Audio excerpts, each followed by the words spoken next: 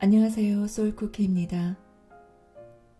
오늘 소개해드릴 책은 지난번 영상에서 소개해드렸던 류시와 작가님의 좋은지 나쁜지 누가 아는가입니다. 두 번째 책 내용을 소개해드리겠습니다. 칼 융은 47세의 스위스 추리 호수 부근 볼링겐 마을의 작은 땅에 둥근 탑 형태의 돌집을 지었다.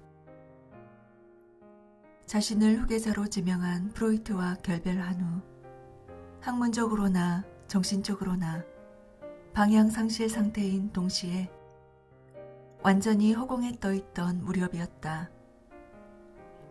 프로이트와 등을 돌리는 순간 심리학계에서 매장당하고 친구들마저 융의 책을 쓰레기라고 대놓고 말했다.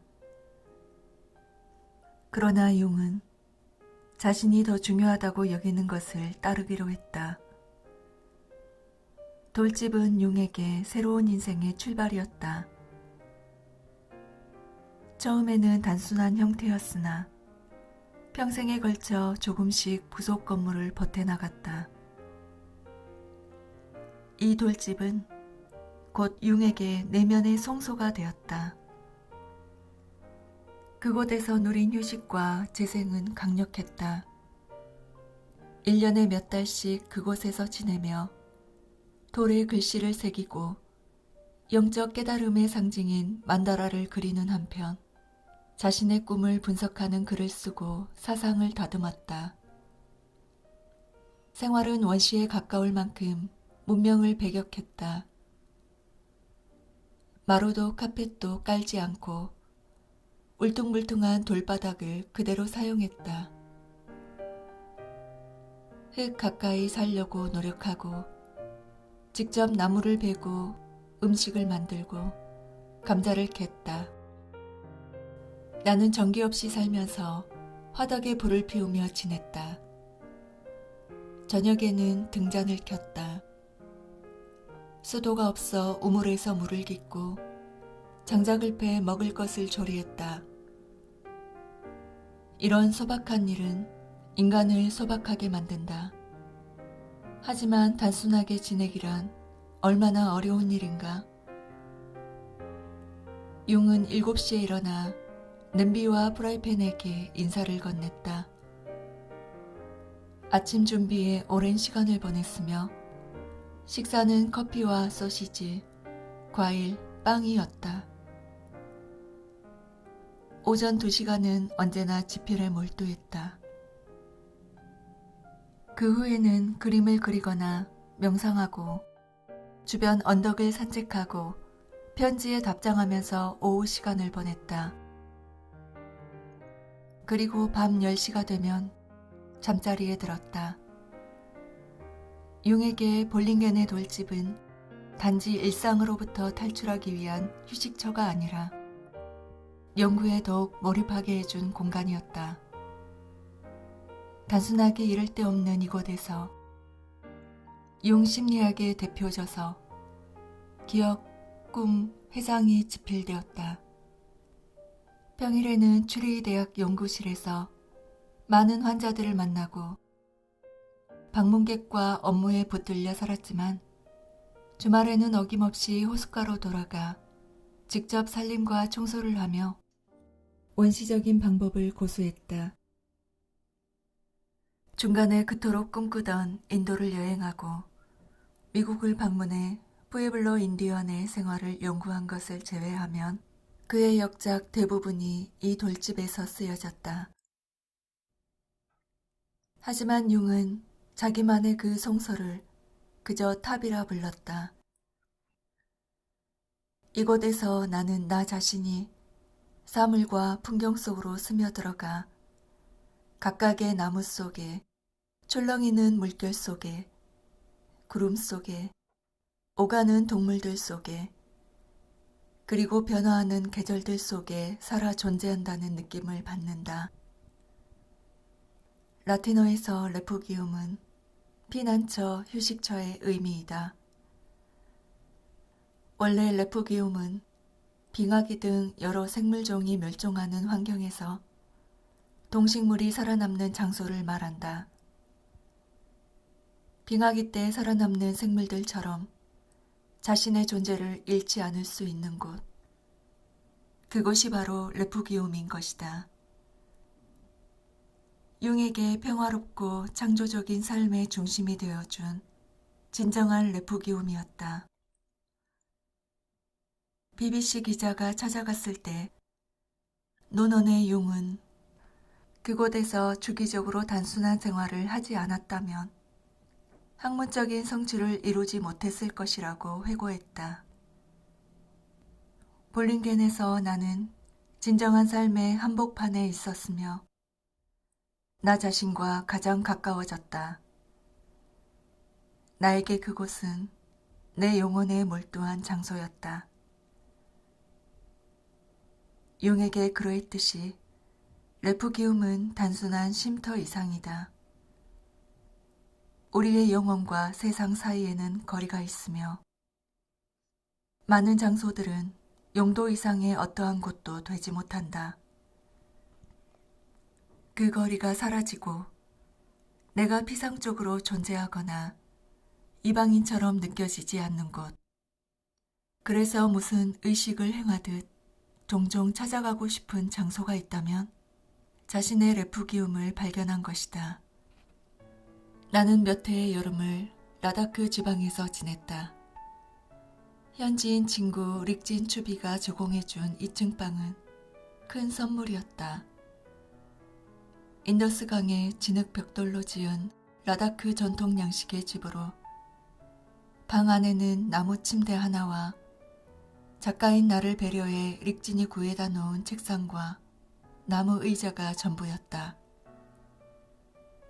새벽에 창문을 열면 멀리 어스름 속에 눈 쌓인 히말라야와 벌써부터 작은 공항으로 활강하는 소형 비행기들이 보였다. 오후에는 돌풍이 불어 이착륙을 할 수 없었기 때문에 이른 시간에 비행기들이 내리고 떴다. 아침에는 10분 거리의 빵가게로 걸어가 아랍식 빵을 샀다.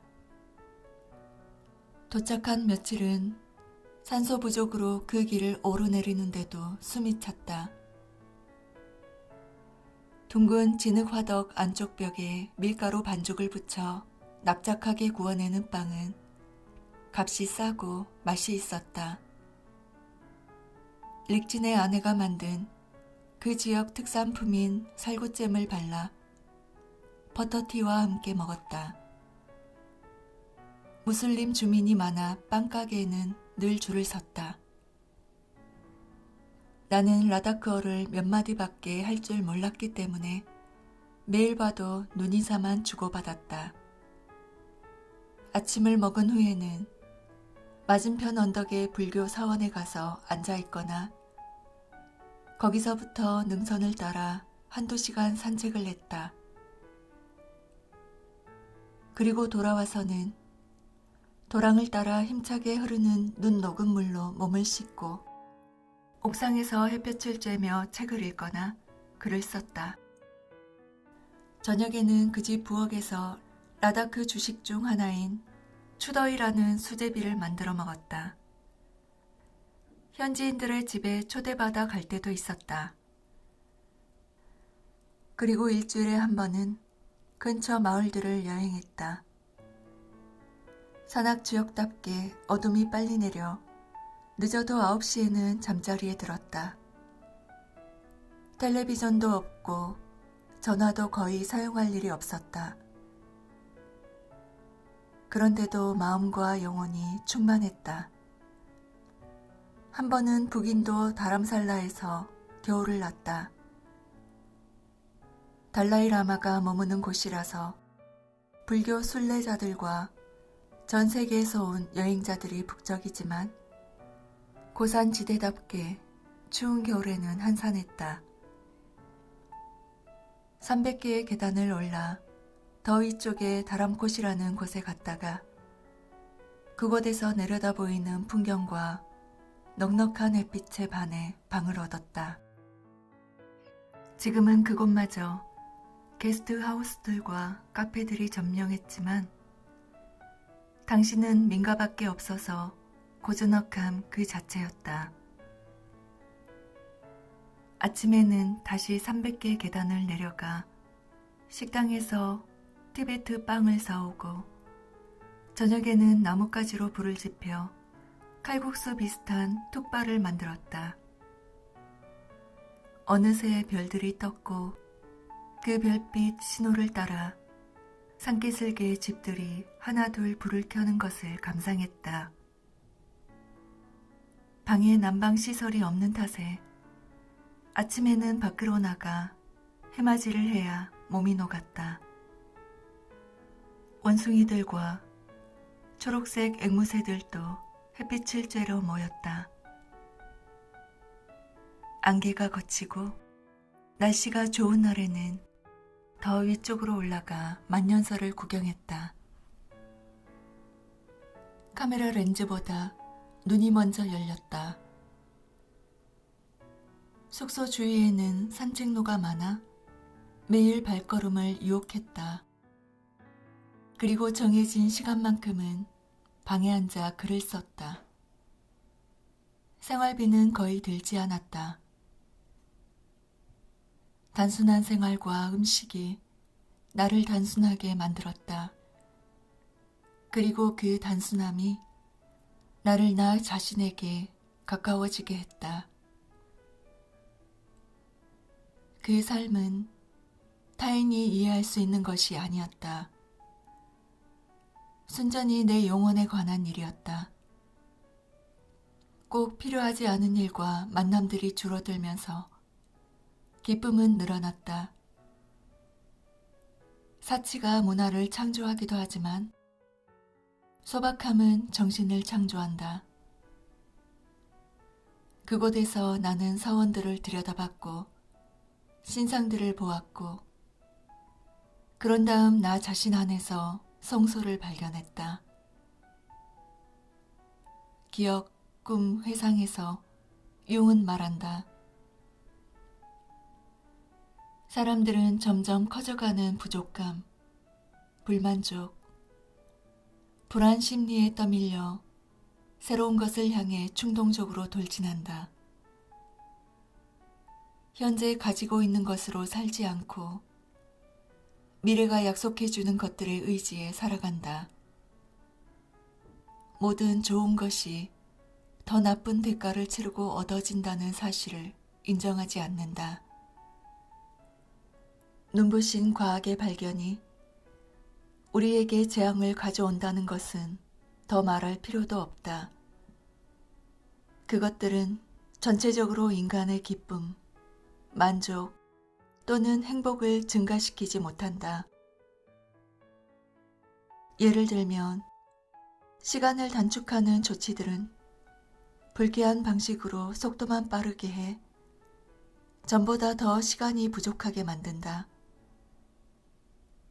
볼링겐에 있는 나의 탑에서는 사람이 마치 수백 년을 사는 것처럼 산다. 만약 16세기 사람들이 그 집으로 이사오면 그에게 새로운 것은 단지 석유 등장과 성냥일 것이다. 당신에게 그런 곳은 어디인가? 자기만의 사유 공간에서 긴 호흡을 들이쉬고 내쉴 수 있는 곳은? 삶이 의미를 잃은 것 같을 때마다 당신을 부르는 곳. 신이 당신을 위해 지도 위에 동그라미를 표시한 곳은? 자기만의 레푸기움. 자신의 탑을 갖는 일은 중요하다. 그곳이 돌집이든 소나무 숲이든 바닷가 외딴 곳이든 주기적으로 찾아가 분산된 감각을 딛고 자신의 영혼에 몰두하는 장소를 갖는 일은 그것은 떠남이자 도착이다.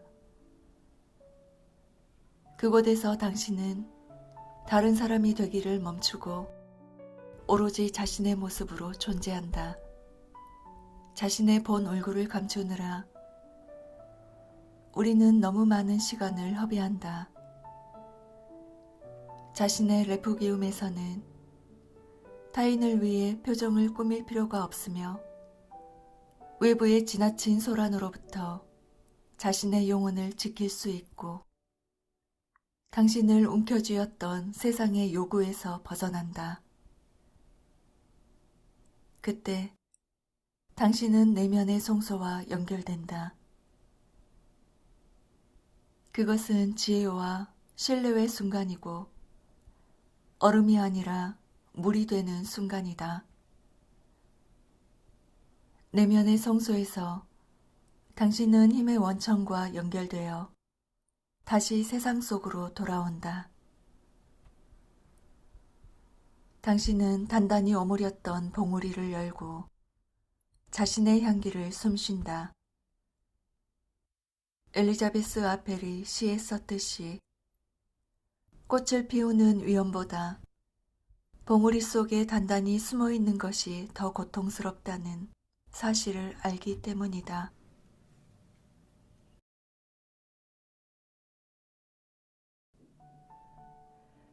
상처가 되는 경험은 우연한 사고가 아니다.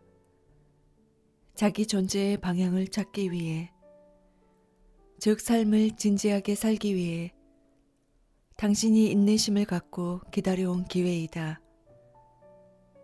만약 그 사건이 일어나지 않았다면 당신은 그것과 비슷한 또 다른 경험을 찾아 나섰을 것이다. 영국 시인 오든의 말이다. 심리 상담사를 꿈꾸는 여성이 있었다.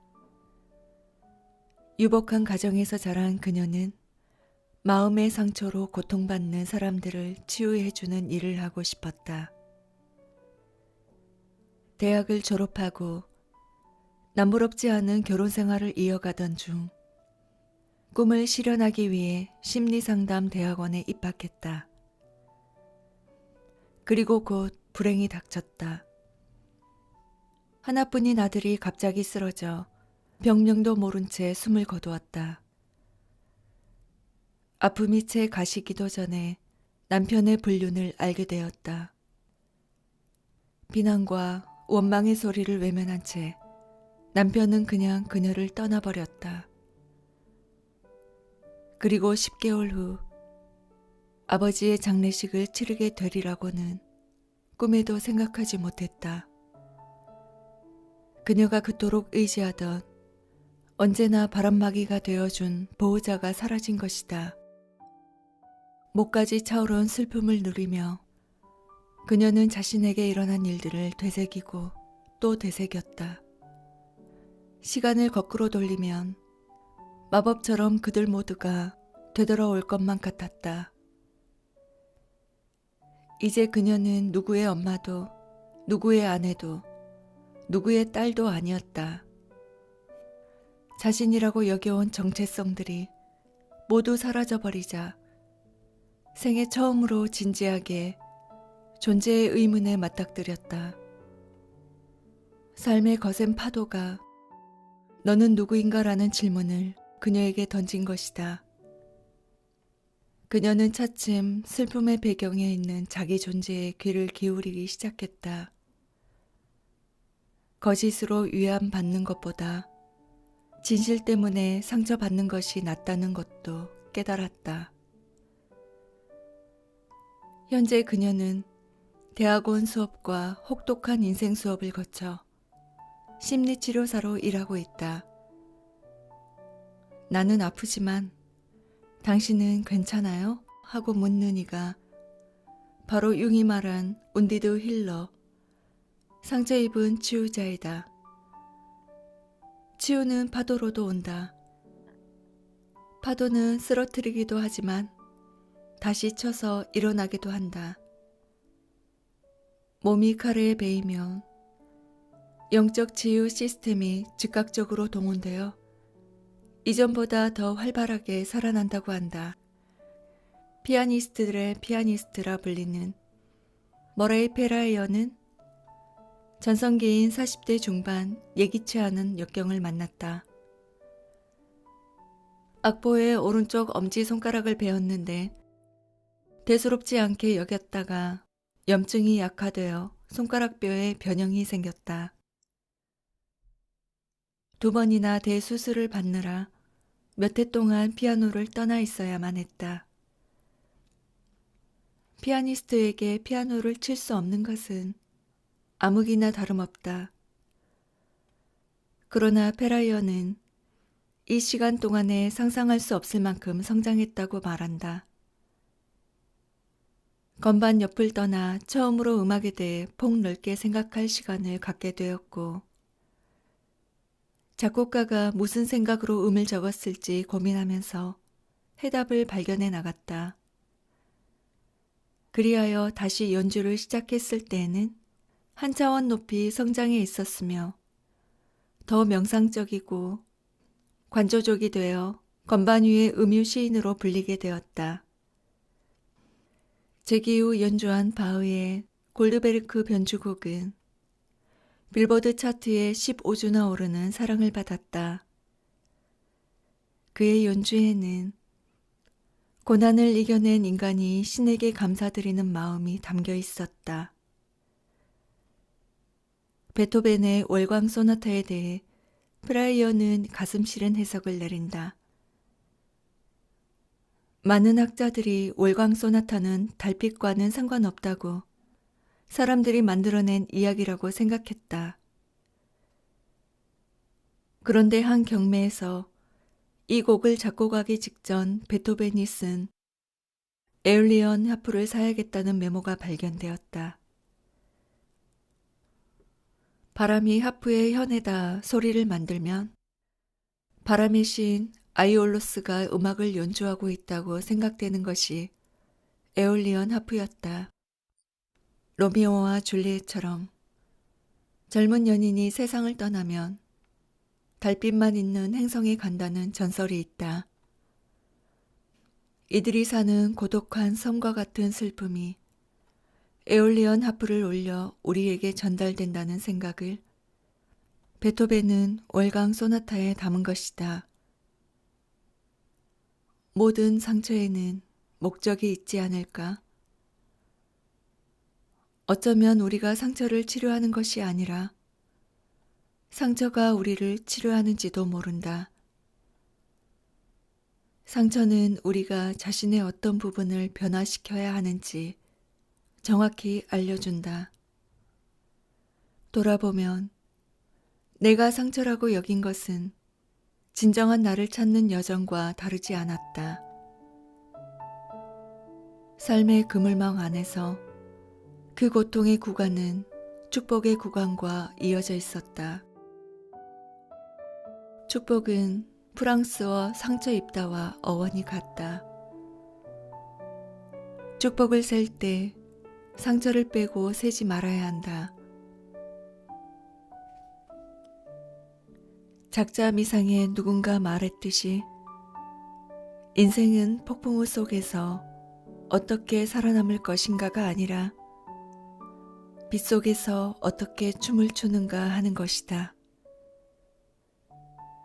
아메리카 원주민 중 라코타 수족은 고통을 겪고 슬픔에 잠겨 있을 때 신과 가장 가까워진다고 믿었다. 아플 때 에고의 껍질이 부서지기 때문이다. 그래서 상처받고 고통받는 사람을 신성한 존재로 여기고 그 사람에게 자신들을 대신해 기도해 줄 것을 부탁하곤 했다. 다른 누구보다도 그 사람의 기도가 신에게 가 닿을 만큼 절실하고 강력하기 때문이다. 베트남 출신의 승려 타니카는 말한다. 오래전 나는 폐에서 피가 나는 바이러스에 감염되었다. 나는 수시로 피를 뱉어내야만 했다. 그런 폐를 가지고 숨 쉬는 것은 무척 힘들었고 숨 쉬는 동안 행복해지는 것도 어려웠다. 치료 후 폐가 완치되었고 호흡이 훨씬 나아졌다. 지금 숨을 쉬면서 나에게 필요한 것은 폐가 세균에 감염되었을 때를 기억하는 일이다. 그리고 내가 쉬는 매번의 숨마다 너무 맛있고 너무 좋다.